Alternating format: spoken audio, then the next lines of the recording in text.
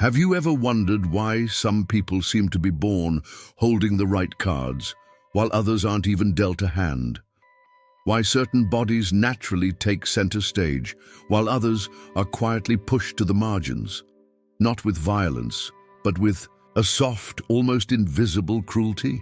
Meritocracy screams in our ears, just work hard. It's the silent gospel of modern democracies, whispered through schools, resumes, and job interviews. But what if the game was rigged long before it began? What if some were born 3 moves ahead? Pierre Bourdieu doesn't offer comforting answers. He holds up a mirror that doesn't distort, but reveals. Though his voice echoes from the last century, his message is an urgent critique of the present. Inequality is not just about money. It's cultural, it's symbolic, it's invisible.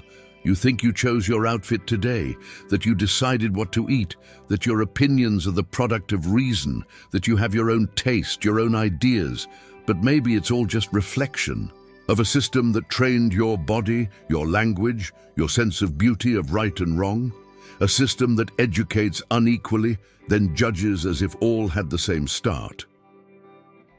We live in a theater, a stage where roles are assigned before the play begins, where capital goes far beyond money. There's cultural capital, knowledge inherited without effort, quietly transformed into advantage in classrooms, exams, and job applications. There's symbolic capital, prestige, recognition, titles, surnames, and there's social capital. Connections, networks, quiet favors, referrals passed off as merit. The cruelest part? It all feels natural, it seems fair, it looks neutral, because as Bourdieu says, symbolic violence is exercised with the complicity of those who suffer it. You accept the world as it is because you've been told it has always been this way, because it repeats itself day after day, right before your eyes, as if it were inevitable. In this video, we'll go behind the curtains of this social stage. We'll expose 5 hidden rules that keep inequality alive, elegant, almost invisible, rules that shape your school, your workplace, your relationships, even your self-esteem, rules you may have felt but never had the words to name. But beware, once seen, they can't be unseen, and you may never look at the world the same way again. If this stirred something in you, like, subscribe, and stay with us until the end. What's coming next might shake beliefs you've carried your whole life. They told you life is a ladder, just climb. Education, hard work, discipline, that's all it takes. Sounds fair, doesn't it? But what if the ladder is missing rungs? For some, what if others start halfway up while you're still trying to find your footing? The dominant culture loves the story of the self-made person. It's a myth that comforts the privileged and shames the struggling. Bourdieu unmasks it for what it is, a beautiful lie designed to hide the machinery of reproduction. In his view, school is not the great equalizer, it's the great filter. It selects, sorts, and labels, not based on talent, but on cultural familiarity. A child raised in a home filled with books, with parents who speak the legitimate language of institutions, will effortlessly navigate the codes of education. Another, equally intelligent but born in a different cultural context, will be labeled as deficient, not because they are, but because they speak the wrong dialect, hold the wrong posture, wear the wrong symbols. This is the first hidden rule of inequality. Success often comes not from merit, but from mastering invisible codes. Codes that are rarely taught, yet constantly expected. Schools reward those who already speak the institutional language, not those who need to learn it. And then society dares to call the outcome fair, and it doesn't stop at school. This logic repeats itself in job interviews, university applications, even casual conversations. Those who perform the right gestures, dress in the right way, laugh at the right jokes, they're welcomed. Those who don't are quietly excluded, often without even knowing why. Bourdieu calls this habitus, the deep, unconscious set of dispositions we carry. It's how we walk, talk, think, feel. It shapes what we believe is possible for us. And it's shaped in turn by our social environment. You don't need chains when people are already convinced of their place. That's the elegance of modern inequality. It no longer needs force. It just needs belief. And yet we keep hearing the same mantra. Everyone has the same opportunities. Do they? When the starting lines are invisible but never equal, when the race rewards not just speed but style, and style was taught in some homes and not in others. The cultural myth says, if you failed, it's your fault. But the sociological truth whispers, if you succeeded, it might not be only your doing. Are you beginning to see the cracks? Good. Because the next rule digs even deeper into the symbols we worship and the games we don't know we're playing. Shall we continue to the third rule? You walk into a room. You see a man in a suit speaking with confidence. Instinctively, you assume he knows what he's talking about. You feel smaller, less certain, less entitled. That's not just perception, it's power. And it brings us to the second hidden rule of inequality. Symbols create reality. Bourdieu shows us that social life is a constant performance. And like in any theater, some actors wear costumes that scream legitimacy, while others are cast as background noise. The way you speak, your posture, your skin color, the brand of your clothes, the school you attended, all these are signs, not just to others, but to yourself. These signs accumulate symbolic capital, a kind of invisible currency that buys respect, trust, and access. Unlike money, symbolic capital doesn't need to be spent to be useful. It acts like a passport. It opens doors before you even speak, but only if you carry the right emblems. Think of elite universities. Their names are not just educational labels, they are social signals. A degree from one of them carries weight not just because of the knowledge it implies, but because of the assumptions it triggers: discipline, intelligence, belonging. Even if two people say the same thing, society hears them differently based on these signals. And this is where the trap tightens. Those without symbolic capital often internalize their exclusion. They begin to doubt their worth. They apologize for their presence. They become spectators in a game they never learned the rules to. Or worse, don't even realize they're playing. This is what Bourdieu calls symbolic violence. The quiet, everyday domination that happens when people accept the meanings imposed upon them. Not through force, but through belief. A belief forged by repetition, by media, by education, by silence. You don't need to be told you don't belong if every room you enter makes you feel like a stranger. If every institution speaks a language you never learned. If your confidence is slowly drained by 1,000 subtle exclusions. And the most dangerous part, it all feels natural. You might even blame yourself. You think, I'm not good enough, instead of asking, who decided what good enough means? This is how inequality survives, not just through money, but through meaning, through prestige that feels earned but is often inherited, through recognition that feels neutral but is deeply biased. So the next time you feel small in a room, ask yourself, is it really about you, or about the symbols you didn't carry in with you? In the next part, we'll uncover how the system doesn't just judge, it reproduces itself. And it needs your belief to do it. You're told the system is open, that anyone can rise, that barriers have been broken, and yet the top stays the top. The bottom rarely moves. Generations pass and patterns repeat. Why? Because here lies the third hidden rule of inequality. The system reproduces itself, quietly, elegantly, relentlessly. According to Bourdieu, institutions like schools and universities are not just places of learning. They are machines of reproduction. They don't just teach knowledge, they certify legitimacy. They turn privilege into credentials, and then call it merit. Take two students. One grows up with books, museums, academic parents, cultural trips, quiet study spaces.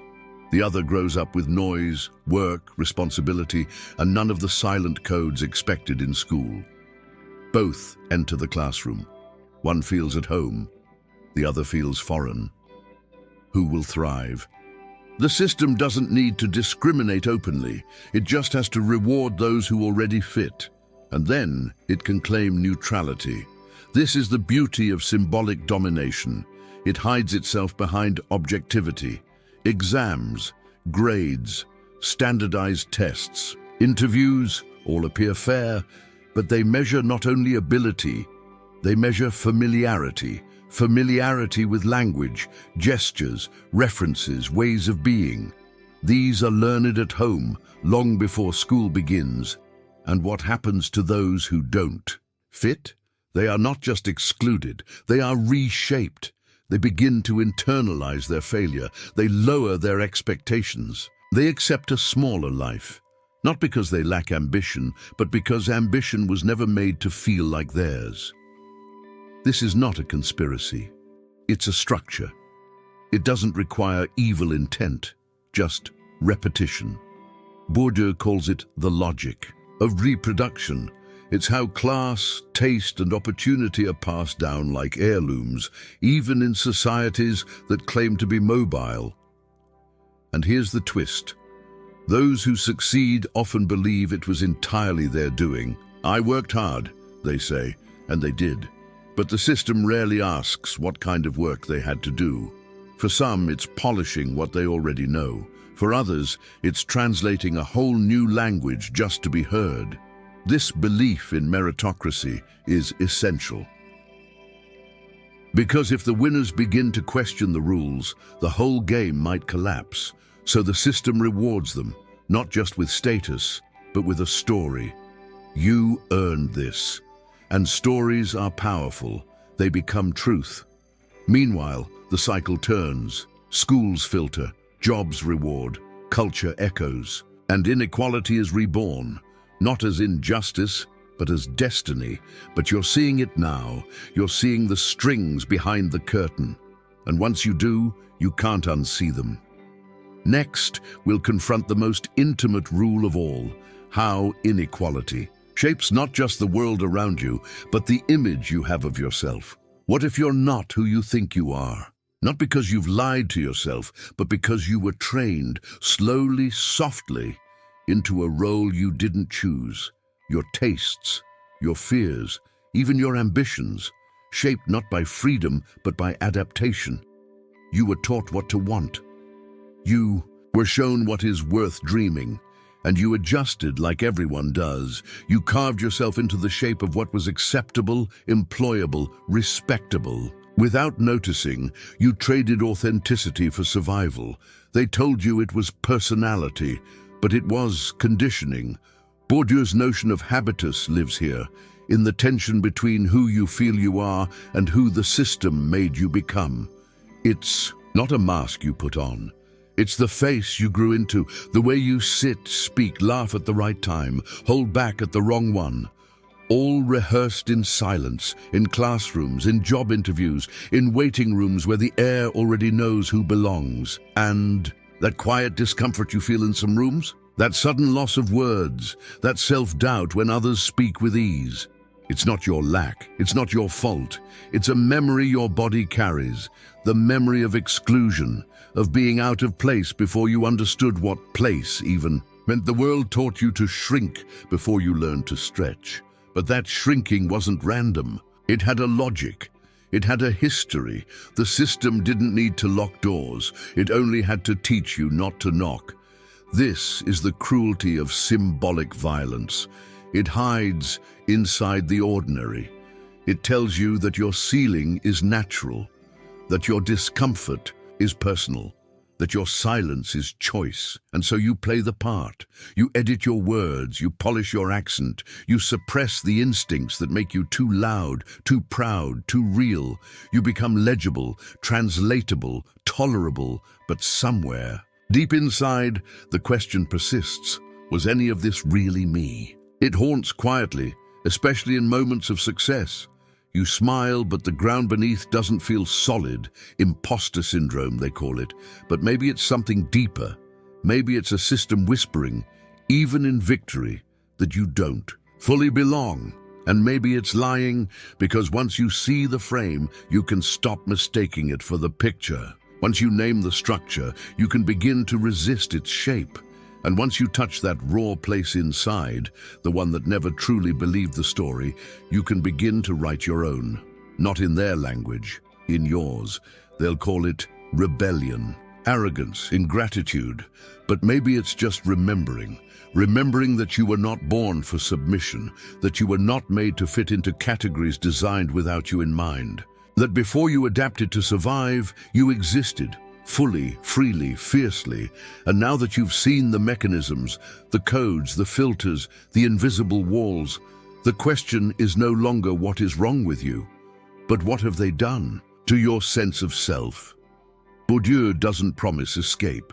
He offers awareness, and in that awareness, the quiet beginning of rupture. You start noticing the games and choosing not to play them by their rules. You question the idea that certain knowledge is superior, that certain tastes are refined, that certain bodies belong more than others.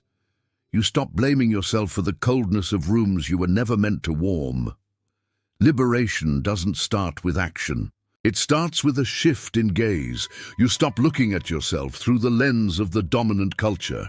You look inward. You look back. And in that act of defiance, you begin to rebuild. Not alone, never alone. Because there are others, silent, invisible, waiting, who feel the same fracture, the same dissonance, and maybe your voice, trembling and unsure, will be the one that helps them find theirs. The world doesn't need more perfect people. It needs people who have seen the structure and still dare to be whole, who have felt the shame and turned it into clarity, who have lived on the margins and learned to name the center. Because once one person sees the architecture of inequality, others follow, not always loudly, sometimes in whispers, sometimes in gestures, but the system, so proud of its silence, begins to crack under the weight of recognition. You can return to the performance, or you can step off the stage, not with rage, with clarity, with the soft, steady force of someone who finally knows that they were never the problem, that their refusal is not failure, it is freedom. If this burned even a little inside you, don't let it fade. Share it, speak it. Someone else is still asleep, and maybe they need this disturbance. And if you've come this far, perhaps you're already awake.